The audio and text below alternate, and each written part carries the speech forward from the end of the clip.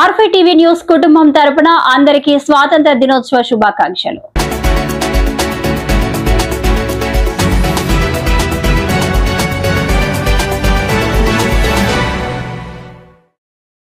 Welcome to R5 TV news. గుంటూరులో స్వాతంత్ర దినోత్సవం సందర్భంగా 57వ డివిజన్ మల్లెల మోషే ఆధ్వర్యంలో ఆగస్టు 15 స్వాతంత్ర దినోత్సవం గౌరవనీయుల AP PCC working president Sheikh Mastan Vali జెండా ఆవిష్కరణ కార్యక్రమం ఘనంగా జరిగింది.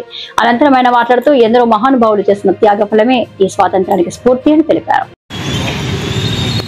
ఈ రోజున భారత జాతికి స్వతంత్రం వచ్చి 79 సంవత్సరాలు పూర్తి చేసుకున్నటువంటి సందర్భంలో యావత్తు భారత జాతికి స్వతంత్ర దినోత్సవ శుభాకాంక్షలు తెలియజేస్తాం. అసలు స్వతంత్రం అంటే ఏమిటి?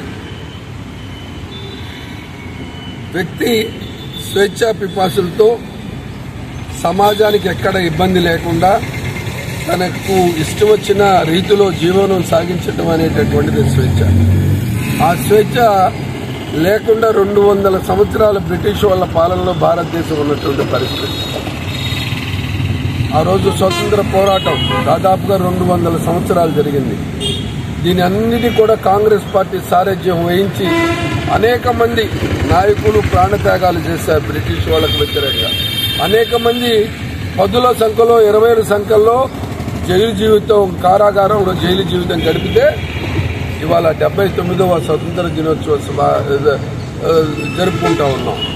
నేను నేరుగా అడుగుతా ఉన్నాను ఈ భారత జాతిదార నరేంద్ర మోడీని, అయ్యా మీరు ఎప్పుడైనా ఈ స్వతంత్ర పోరాటంలో ఎప్పుడైనా భాగస్వాములుగా ఉన్నారా?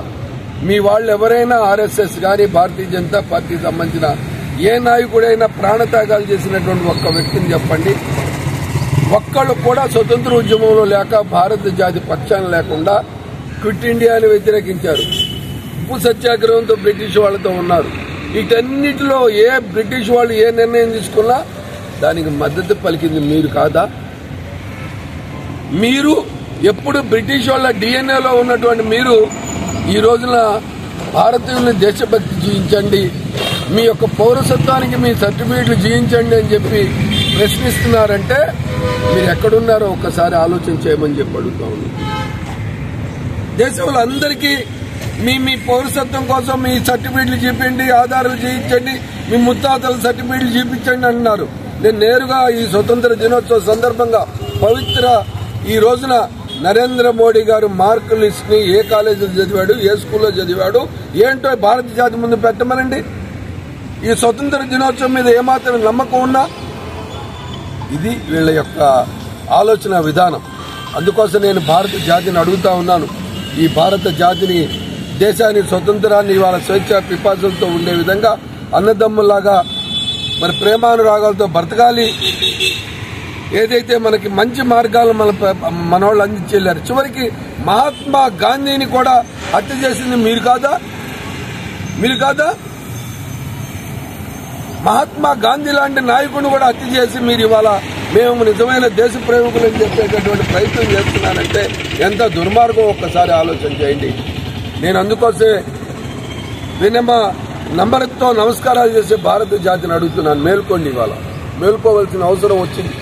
ఇవాళ నరేంద్ర మోడీ గారు మా ఇంట్లో దూరి మా ఓట్లను మమ్మల్ని వేసుకోకుండా ప్రజాపాలకులని మమ్మల్ని పాలించే వాళ్ళని కూడా మేము ఎన్నుకునేటటువంటి పద్ధతిలో కాకుండా ఎలక్షన్ కమిషన్ ఏజెంట్ ద్వారాగా దొంగ ఓట్లు జరిపించి ఫేక్ ఓట్ల ద్వారాగా మరి ఎక్కడెక్కడో ఉన్నటువంటి వాళ్ళ వ్యక్తులను ఇక్కడ తీసుకొచ్చి మా ఇంట్లో కన్న వేసేటటువంటి ప్రయత్నాన్ని తీవ్రంగా ఖండిస్తూ మరి స్వతంత్ర దినోత్సవ సందర్భంగా నరేంద్ర మోడీ గారికి కనువిప్పు కలగాలని, ఎర్రకోట మీద జెండా ఎగరేసేటప్పుడు నిజాలు మాట్లాడాలని, నిజంగా మాట్లాడమని చెప్పి కోరుతా ఉన్నాను. మరొకసారి 79వ స్వతంత్ర దినోత్సవ సందర్భంగా యావత్ భారత జాతికి కాంగ్రెస్ పార్టీ పక్షాన 79వ సంవత్సరాన హృదయపూర్వకమైనటువంటి అభినందనలు తెలియజేస్తాం.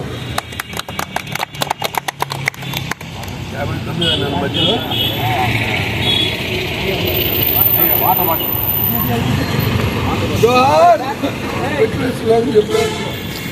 జోహార్ అమర వీరులకు, జోహార్ అమర వీరులకు, జోహార్ అమర వీరులకు, జోహార్ అమర వీరులకు.